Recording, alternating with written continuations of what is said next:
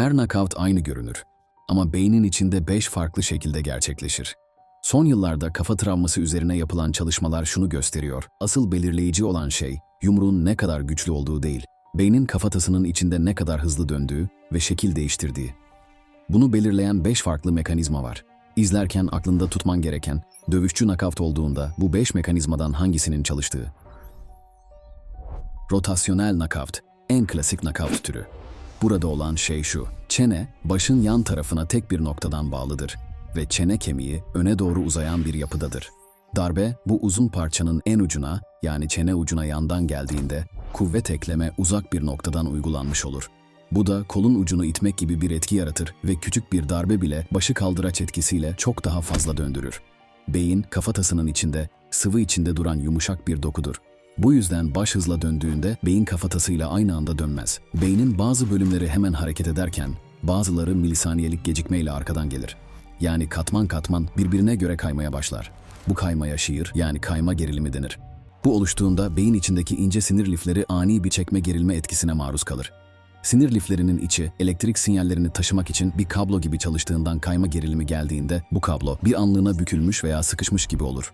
Bu yüzden sinyaller düzgün geçemez, beyin bölgeleri birbiriyle iletişimi kaybeder.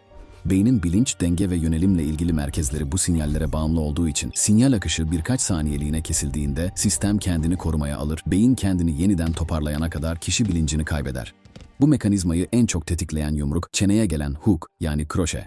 Yan açıdan çene ucuna yakın bir yere oturan temiz bir sol veya sağ kroşe, başın rotasyonunu maksimuma çıkarıyor. Özellikle rakip vurulduğunda boyun kasları gevşekse, kuvvet başa çok daha fazla aktarılıyor ve rotasyonel knockout ihtimali artıyor.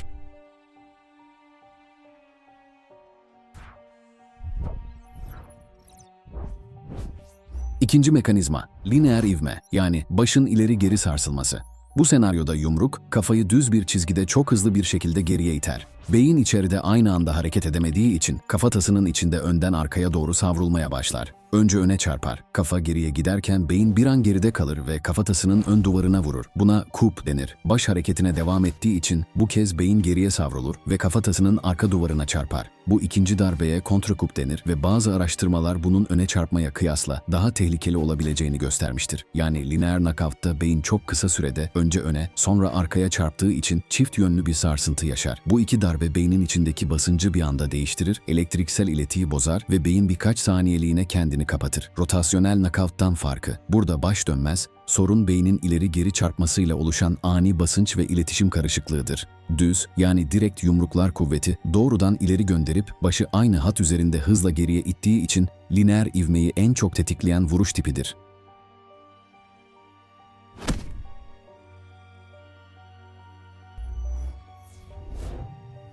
Üçüncü mekanizma, karşılaşma ivmesi, yani counter etkisi.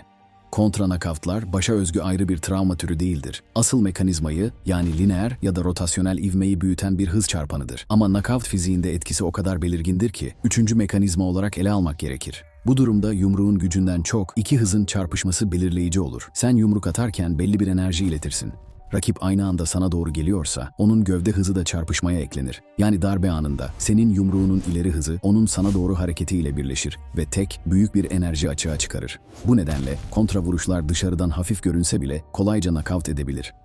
Aslında knockout'un sebebi vuruşun gücü değil, iki hareketin çarpışma sonucu beyne etki eden kuvveti katlamasıdır. Counter etkisini rakip size doğru gelirken yaptığınız herhangi bir vuruşla elde edebilirsiniz.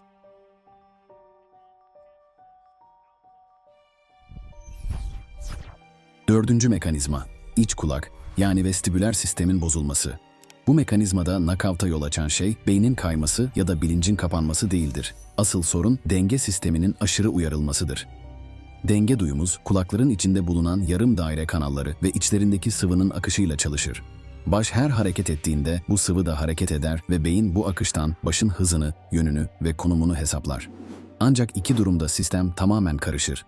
1. Baş çok ani ve sert bir şekilde döndürülürse iç kulaktaki sıvı kontrollü akamaz, bir anda savrulup çalkalanır. Beyne gönderilen sinyaller gerçek hareket ile uyuşmaz. Ortaya birkaç saniyelik denge kaybı çıkar. 2. Darbe iç kulağa yakın olan şakak veya kulak önü gibi yerlere gelirse. Darbe kemikleri titreştirir, iç kulaktaki sıvıyı aniden sarsar ve vestibüler reseptörler yanlış sinyaller üretir. Her iki durumda da tablo aynıdır. Bilinç açıktır, gözler açıktır. Ama bacaklar tamamen boşalır. Dövüşçü yere anında yığılmaz ama ayakta da duramaz.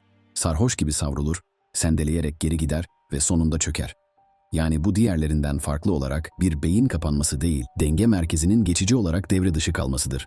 Bu mekanizmayı en çok tetikleyen vuruşlara, şakak bölgesine tam oturan kroşeleri örnek gösterebiliriz. Bu vuruşlar hem başı sert şekilde döndürebilir hem de iç kulağın bulunduğu bölgeye çok yakın etki ettiği için vestibüler sistemi doğrudan kaosa sürükler.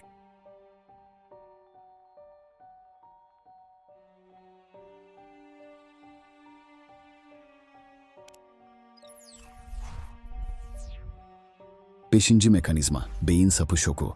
Beyin sapı, vücudun reset tuşuna en yakın bölgedir ve yaşam için kritik 3 sistem buradan yönetilir. Solunum merkezi, kalp ritmi ve damar tonusu, uyanıklık ve bilinç düzeyi. Yani bu bölge hem hayatta kalma reflekslerinin hem de açık mıyım, kapalı mıyım bilgisinin ana merkezidir. Kafanın arka hattına ya da enseye gelen yumruklarda, şok kulağın arkasındaki kemik yapı üzerinden beyin sapına iletilebilir. Bu yüzden özellikle rabbit punch olarak bilinen kulak arkası ense vuruşları, beyin sapı ve omurilik için yüksek risk taşıdığı gerekçesiyle birçok ciddi dövüş sporunda kesin olarak yasaktır. Ancak aparkatlar ve alttan gelen darbelerde beyin sapını farklı bir şekilde uyarabilir.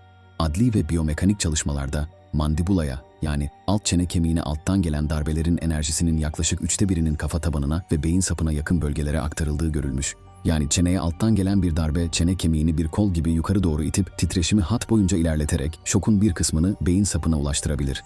Bu her aparkatın beyin sapını devre dışı bırakacağı anlamına gelmez. Ama doğru açı, yeterli hız ve doğru temas noktasıyla titreşimin bu bölgeye kadar uzaması ve beyin sapını etkilemesi mümkündür. Bazı ağır knockoutlarda gördüğümüz, kolların aniden yukarı kasıldığı o tuhaf pozisyon, beyin sapı çevresinin bu şoktan etkilendiğinin tipik işaretidir.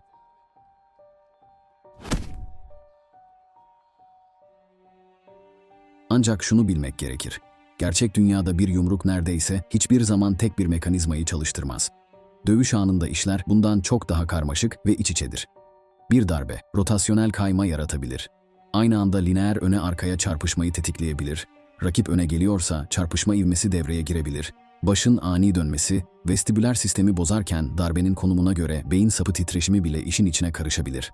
Yani sahnede gördüğümüz çoğu ağır knockout, bu mekanizmalardan sadece birinin değil, ikisinin, üçünün hatta bazen hepsinin birleşmiş sonucudur.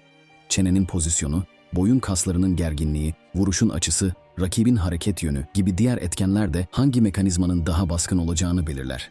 Bu yüzden bazı vuruşlar çok hafif görünür ama inanılmaz etkili olur. Bazıları ise çok sert görünür ama neredeyse etki etmez. Çünkü knockout'u belirleyen şey yumruğun ham gücü değil, beyne iletilebilen kısmıdır. Şimdilik benden bu kadar. Buraya kadar izlediğiniz için teşekkür ederim. Dövüş sporlarına farklı bir gözle bakmak için abone olmayı unutmayın.